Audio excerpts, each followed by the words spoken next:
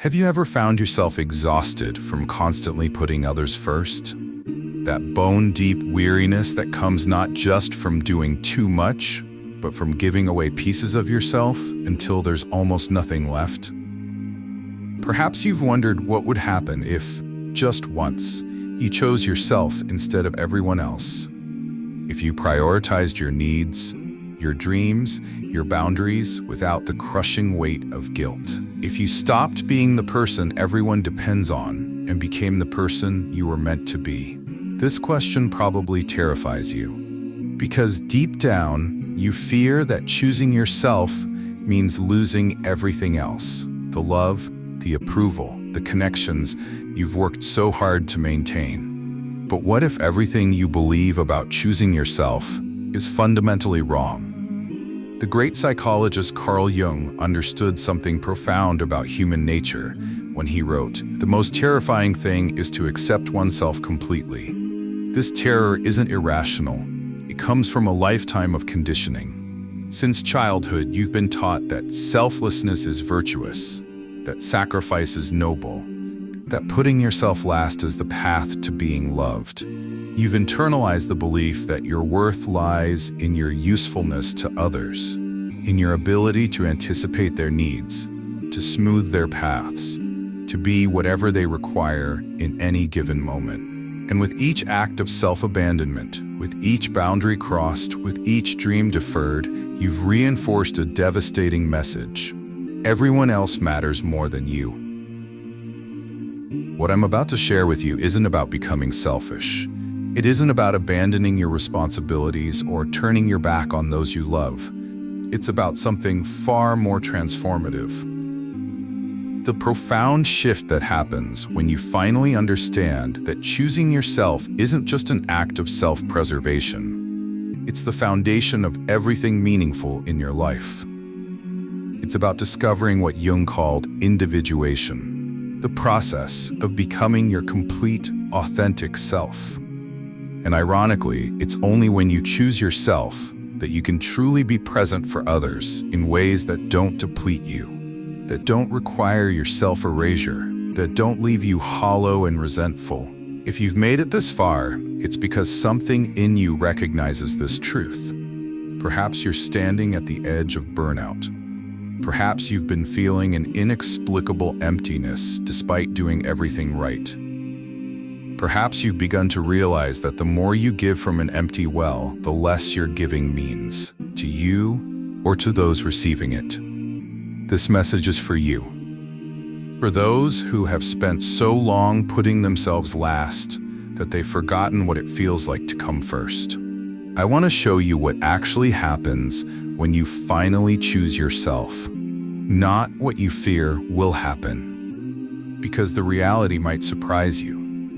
You've been taught that choosing yourself is selfish, that prioritizing your needs means neglecting others, that setting boundaries is unkind. You've been conditioned to believe that saying no to others means saying no to love itself. And so you've constructed your entire identity around being needed, being helpful, being the one who makes everything work. You measure your worth by how much you sacrifice, how little you ask for, how completely you can erase your own desires in service to others. And when exhaustion sets in, when resentment builds, when the emptiness becomes unbearable, you push harder, give more, disappear further, because that's what good people do. Jung observed that your vision will become clear only when you can look into your own heart. Who looks outside, dreams. Who looks inside, awakes. The clarity you seek, the peace you crave, the fulfillment you deserve, none of these can be found in external validation. They don't come from being everything to everyone while being nothing to yourself. They come from the courageous act of looking inward, of recognizing your intrinsic worth, of honoring your needs, not as selfish indulgences, but as sacred requirements for a life well lived. The most profound truth about choosing yourself is this. It isn't about choosing between yourself and others. It's about choosing a version of yourself that is whole enough, fulfilled enough, and boundaried enough to show up authentically in all your relationships. It's about recognizing that when you constantly override your own needs, you're not actually giving your best to others. You're giving your depletion, your resentment, your exhaustion, masked as generosity. But when you choose yourself, you begin offering something far more valuable: your genuine presence, your authentic gifts, your love that flows from fullness rather than obligation. If this content is making sense to you, click the subscribe button and subscribe to the channel. Thank you for your support. The psychology behind what happens when you choose yourself is far more complex and beautiful than most people realize. Jung developed the concept of the shadow, the disowned parts of ourselves that we repress or deny. When you consistently put yourself last, you're not just neglecting your needs, you're actively creating a shadow around your right to exist fully. You're teaching your unconscious mind that your desires are shameful, that your boundaries are selfish, that your dreams are unworthy of pursuit. And this shadow doesn't simply disappear. It manifests in depression, in anxiety, in mysterious illnesses, in relationships that drain rather than nourish. When you finally choose yourself, you begin the process Jung called shadow integration, bringing these disowned parts back into consciousness, honoring them as essential aspects of your wholeness. This isn't a single decision, but a profound psychological shift that ripples through every dimension of your life. It's the beginning of true authenticity, of living from your center rather than your circumference, of becoming who you were meant to be rather than who you were conditioned to be. Most people don't realize that their fear of choosing themselves is based on a fundamental misunderstanding of human connection. They believe that relationships are transactional, that they must earn love through usefulness, secure connection through self-sacrifice, maintain ties through constant availability. But genuine connection doesn't thrive on self-erasure. It flourishes when two whole people come together, each standing firmly in their truth, each respecting the sovereignty of the other, each giving from fullness rather than fear. Now let's explore exactly what happens when you finally choose yourself. The transformations that unfold when you make this profound shift, not in theory, but in lived reality. These aren't hopeful projections, they're the documented experiences of thousands who have walked this path before you. The first transformation is the most unexpected. Your relationships actually improve. This seems counterintuitive. Surely prioritizing yourself would damage your connections? But the opposite occurs. When you choose yourself, you stop showing up from a place of depletion and resentment. You stop keeping score. You stop expecting others to read your mind and meet needs you've never clearly expressed. Instead, you bring your full, authentic self to each interaction. You give because you genuinely want to, not because you're afraid of rejection if you don't. This authenticity creates the foundation for connections based on mutual respect rather than codependency. Some relationships will fall away during this process, those built entirely on your self-sacrifice, on your willingness to be less so others can be more. This loss, while painful, isn't evidence that choosing yourself was wrong. It's confirmation that those connections weren't serving your growth. As Jung noted, everything that irritates us about others can lead us to an understanding of ourselves. The relationships that dissolve when you choose yourself reveal where you've been compromising your truth to maintain false harmony. The second transformation occurs in your relationship with time. When you've lived for others, time is always slipping away, always insufficient, always claimed by everyone but you. But when you choose yourself, you become sovereign over your hours. You recognize that saying yes to everything means saying no to what truly matters. You become selective, intentional, clear about where your energy goes. This doesn't mean abandoning responsibilities. It means discerning between obligations that align with your values and those you've accepted out of fear or habit. This reclamation of time isn't just practical, it's deeply psychological. It's a statement to yourself and the world that your life is yours to shape, that your finite hours on this earth aren't merely resources for others to consume, that your existence isn't defined by productivity or service alone.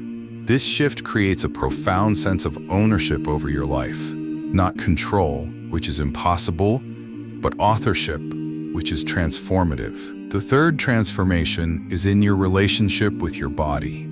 When you choose yourself, you begin listening to the wisdom of your physical existence rather than overriding it. You notice hunger and rest when you need to. You recognize the signals of stress and respond with compassion rather than pushing through.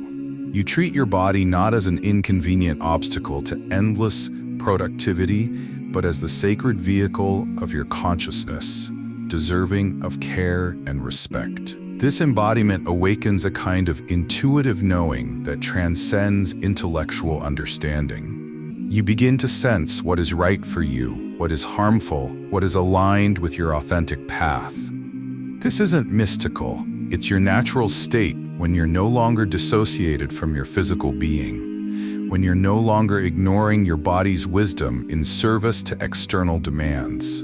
As Jung observed, the body is the outermost manifestation of the soul. When you honor its signals, you're honoring your deepest truth. The fourth transformation is perhaps the most profound. You develop an unshakable inner authority. When you choose yourself, you shift from seeking external validation to trusting your own discernment. You stop outsourcing your decisions to others' opinions, stop measuring your worth against arbitrary standards, stop needing permission to exist on your own terms. This inner authority isn't arrogance or isolation. It's the quiet certainty that comes from living in alignment with your values, your needs, your truth. This shift threatens those accustomed to controlling you through your need for approval. They may push back, question your changes, attempt to reinstate old dynamics.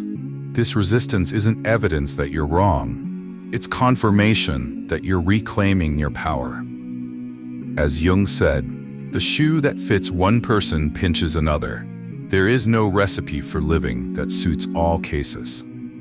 Your path to wholeness won't look like anyone else's, and it won't please those who benefited from your self-abandonment. As these transformations unfold, something remarkable happens. Your capacity for genuine contribution expands exponentially. When you're no longer giving from depletion, when you're no longer motivated by guilt or fear, your offerings to the world become imbued with authenticity, creativity, and joy. You discover gifts you didn't know you possessed, passions that were buried under obligation, purpose that transcends mere functionality. You move from surviving to creating, from reacting to initiating, from pleasing to inspiring. This expansion isn't selfish, it's the fullest expression of your unique contribution to the collective. Jung believed that the privilege of a lifetime is to become who you truly are. This becoming isn't just for you, it's for everyone whose life you touch. Because when you choose yourself, you give others permission to do the same. You model a different way of being, one rooted in self-respect rather than self-sacrifice, in boundaries rather than burnout, in authenticity rather than approval-seeking. But this journey isn't without challenges. You'll face guilt that feels overwhelming, fear that feels paralyzing, doubt that feels debilitating. These feelings aren't signs that you're on the wrong path. They're evidence that you're dismantling conditioning so deep that it feels like biological truth. Every time you choose yourself despite these feelings, you're rewiring neural pathways shaped by years of self-abandonment. You're creating new patterns that will eventually feel as natural as the old ones once did. This is where most people give up. They interpret discomfort as danger, resistance as warning. They retreat to the familiar pain of self-neglect rather than enduring the unfamiliar pain of growth. But if you persist, if you keep choosing yourself even when it feels impossible, even when others resist, even when old patterns beckon, you reach a tipping point. The new becomes familiar. Self-respect becomes instinctive. Authenticity becomes your default state. And then something miraculous happens. The very act of choosing yourself becomes effortless. You no longer agonize over boundaries, apologize for needs, or justify your right to exist on your own terms. You inhabit your life with a quiet confidence that doesn't need to announce itself, with a presence that doesn't require external validation, with a joy that isn't dependent on circumstances. This is what Jung called individuation, the process of becoming your complete, integrated self. This state isn't a destination you reach once and for all. It's a dynamic equilibrium that requires ongoing awareness, adjustment, and recommitment. There will still be moments of doubt, days of struggle, periods of regression. But with each cycle, you return to yourself more quickly, with greater certainty, with deeper compassion. The path becomes not just familiar, but beloved. Not because it's always easy, but because it's undeniably yours. So I ask you now, what would choosing yourself look like in your life right now? What boundary needs setting? What need requires voicing? What dream deserves pursuing? Whatever your answer, take one small step in that direction today. Not next week, not when circumstances are perfect, not when everyone approves. Today. Because the journey of 1,000 miles begins with a single step, and the transformation of a lifetime begins with a single choice. Write in the comments, "I choose myself," if you're ready to discover what happens when you finally honor your own worth. When you treat yourself with the same care you so freely give others. When you become the author of your life, rather than a character in someone else's story. Let's create a community of people committed to wholeness, to authenticity, to the radical act of self-respect in a world that profits from self-abandonment. And don't forget to watch the next video, where we'll explore the specific practices that strengthen your capacity to choose yourself, even in the face of resistance, guilt, and fear. Because this journey isn't just about one decision. It's about creating a new way of being that transforms everything. I'll see you there.